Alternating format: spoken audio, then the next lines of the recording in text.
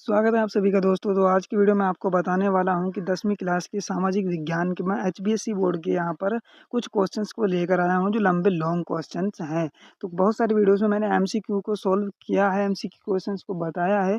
तो आज यहाँ पर आपको लॉन्ग क्वेश्चन देखने मिले, आंसर आपको साथ में मिलने वाला है। तो चैनल पर बने रहना, वीडियो को एंड तक जरूर देखना। चैनल पर न्यू है, चैनल को कर ले सब्सक्राइब। तो चलिए वीडियो को स्टार्ट कर लेते हैं। क्वेश्चन नंबर 1 है यहाँ पर, भारत छोड़ो आंदोलन के कारण और प्रभाव समझाइए। तो यहाँ पर इसका जो उत्तर है मतलब आपको किस तरीके से लिखना है मैं आपको बता दूं कि आपको पॉइंट वाइज आंसर आप लिखोगे तो आपको ज़्यादा आसानी होगी। मतलब वो जो एग्जामिनर होगा चेक करने वाला वो आपको मतलब बढ़िया तरीके से समझ सकता है कि पॉइंट वाइज से नंबर अच्छे मिल जाते हैं। अगर आपको ये कि पैराग्राफ में लिख दोगे तो उससे दिक्कत होगी और आपका क्वेश्चन बड़ा भी हो जाएगा तो उसमें आपको दिक्कत हो सकती है। इससे पॉइंट वाइज लिखा करो। क्वेश्चन नंबर एक जो मतलब कि ये क्वेश्चन है कि भारत छोड़ो आंदोलन के कारण और प्रभाव समझाइए। तो उत्तर है भारत छोड़ो आंदोलन 1942 के कारण। तो सबसे पहले द्वितीय विश्व युद्ध में भारत की जो बिना सहमति भागीदारी और क्रिप्स से पॉइंट नंबर 2 है क्रिप्स मिशन की असफलता। और पॉइंट नंबर 3 है यहाँ पर अंग्रेजों का दमनकारी रवैया। इस तरीके से लिख सकते हो। प्रभाव क्या है? प्रभाव है पूरे देश में विरोध प्रदर्शन, पूरे देश में विरोध का प्रदर्शन रहा था और अनेक नेता गिरफ्तार हुए जैसे महात्मा गांधी, नेहरू, पटेल। और यहाँ पर पॉइंट नंबर 3 है स्वतंत्रता संग्राम को नई दिशा मिली। और पॉइंट नंबर 4 है अंग्रेज समझ गए कि अब भारत पर राज संभव नहीं है। तो इस तरीके से जो कि अंग्रेज समझ चुके थे कि अब भारत पर राज करना संभव नहीं है। तो अब बात करते हैं क्वेश्चन नंबर सेकंड की। अगर आप लोग चाहते हो कि जो मैंने पीडीएफ बना रखी है, अगर आप लोग इस पीडीएफ को चाहते हो तो कमेंट कर देना पीडीएफ, तो मैं पीडीएफ प्रोवाइड कर दूंगा टेलीग्राम चैनल पर। तो क्वेश्चन नंबर 2 है यहाँ पर दांडी मार्च और नमक सत्याग्रह का वर्णन कीजिए। तो यहाँ पर पॉइंट नंबर 1 है यहाँ पर 12 मार्च 1930 को गांधी जी ने साबरमती आश्रम से दांडी तक की जो 240 मील की यात्रा शुरू की थी। तो यहाँ पर ये क्वेश्चन भी बन सकता है कि गांधी जी ने दांडी यात्रा कब शुरू की थी? 12 मार्च 1930। और कितने मतलब कितने मील की थी? तो 240। मतलब यहीं से भी आपके क्वेश्चन में से ही आपके जो है और क्वेश्चन भी निकलते चले जाते हैं। तो इस तरीके से आपको उनको भी साथ साथ ध्यान रख, इसी तो कहते हैं मतलब इसी कहते हैं कि पढ़ाई को पढ़ाई के लेवल पे करना, एक हिसाब से रट्टा नहीं करना आपको। इस तरीके से अगर आप क्वेश्चन को आंसर मतलब ध्यान से पढ़ोगे तो इसमें से क्वेश्चन बन रहा है कि गांधी जी ने दांडी यात्रा कब शुरू की थी? 12 मार्च 1930 को। और कितने मील दूरी की यात्रा थी? 240। ये ऑप्शन टाइप बन सकते हैं। तो यहाँ पर है उद्देश्य अंग्रेजों के नमक कानून का उल्लंघन। और यहाँ पर पॉइंट नंबर 3 है गांधी जी ने समुद्र किनारे नमक बनाकर आंदोलन शुरू किया। तो ये भी हो सकता है गांधी जी ने क्या बनाकर जो है कि आंदोलन शुरू किया, तो नमक बनाकर आंदोलन शुरू किया। और पॉइंट नंबर 4 है यहाँ पर इससे पूरे भारत में सविनय अवज्ञा आंदोलन को गति मिली। तो ये हो गया क्वेश्चन नंबर सेकंड हमारा कंप्लीट। तो क्वेश्चन नंबर 3 है जो हमारा हरित क्रांति क्या है? इसके लाभ और हानियाँ बताइए। तो यहाँ पर जो है कि हरित क्रांति 1960 के दशक में उच्च उपज वाली किस्मों के बीज, रासायनिक खाद और आधुनिक सिंचाई तकनीकों से कृषि उत्पादन बढ़ाने की योजना है। एक हिसाब से कह सकते हो कि कृषि को उत्पादन के आधुनिक सिंचाई द्वारा कृषि को बढ़ाने की कृषि उत्पादन को बढ़ाने की योजना को ही मतलब जो हरित क्रांति एक बार कहा गया है। उसके लाभ क्या थे? लाभ तो अनाज के उत्पादन में वृद्धि हुई थी और भारत अनाज में आत्मनिर्भर हुआ। हरित क्रांति की वजह से भारत जो है कि अनाज है कि उत्पादन में आत्मनिर्भर हुआ भारत।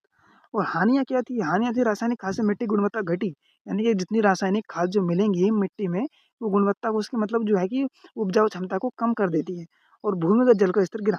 और जब भूमि के अंदर जल की सिंचाई ज़्यादा हुई आधुनिक तरीकों से तो वो भूमि में जल का स्तर भी नीचे गिर गया। तो इस तरीके से क्वेश्चन नंबर 4 है हमारा, भारत में पंचायती राज प्रणाली की विशेषताएँ बताइए। तो यहाँ पर पॉइंट नंबर 1 है यहाँ पर ग्राम स्तर पर ग्राम पंचायत। और वो पॉइंट नंबर 2 है यहाँ पर ब्लॉक स्तर पर पंचायत समिति। ये एक हिसाब से शेड्यूल होता है इस तरीके से आप लोगों को। और पॉइंट नंबर 3 है जिला स्तर पर जिला परिषद। और उसका उद्देश्य जनता की सीधी भागीदारी और स्थानीय समस्याओं का समाधान। जनता की सीधी इन्हीं में मतलब जो है कि समस्याओं का समाधान मिल जाता है एक तरीके से। तो यहाँ पर आप लोगों को समझ में आ रहा होगा 10वीं क्लास की जो है कि सामाजिक विज्ञान के कुछ क्वेश्चन से लेकर आए लॉन्ग में हर सब्जेक्ट के लॉन्ग क्वेश्चन है और जिसको भी आप चाहते हो कमेंट कर देना, अगले दिन ही आपको वीडियो मिल जाएगी। तो क्वेश्चन नंबर 5 हमारा जलवायु परिवर्तन के कारण और प्रभाव लिखिए। जलवायु परिवर्तन होता है उसके कारण और प्रभाव लिखने। तो कारण और प्रभाव मतलब ये 2 पॉइंट आपको नज़र आ रहा है। इस पहले तो आपने ऊपर पॉइंट में कारण दे देने, फिर नीचे प्रभाव दे देना है। इससे आपको पॉइंट वाइज़ में क्वेश्चन में आसानी हो जाएगी। कारण तो है औद्योगीकरण और प्रदूषण और वनों की कटाई और ग्रीन हाउस गैसों का उत्सर्जन। तो ये तो हो गए कारण।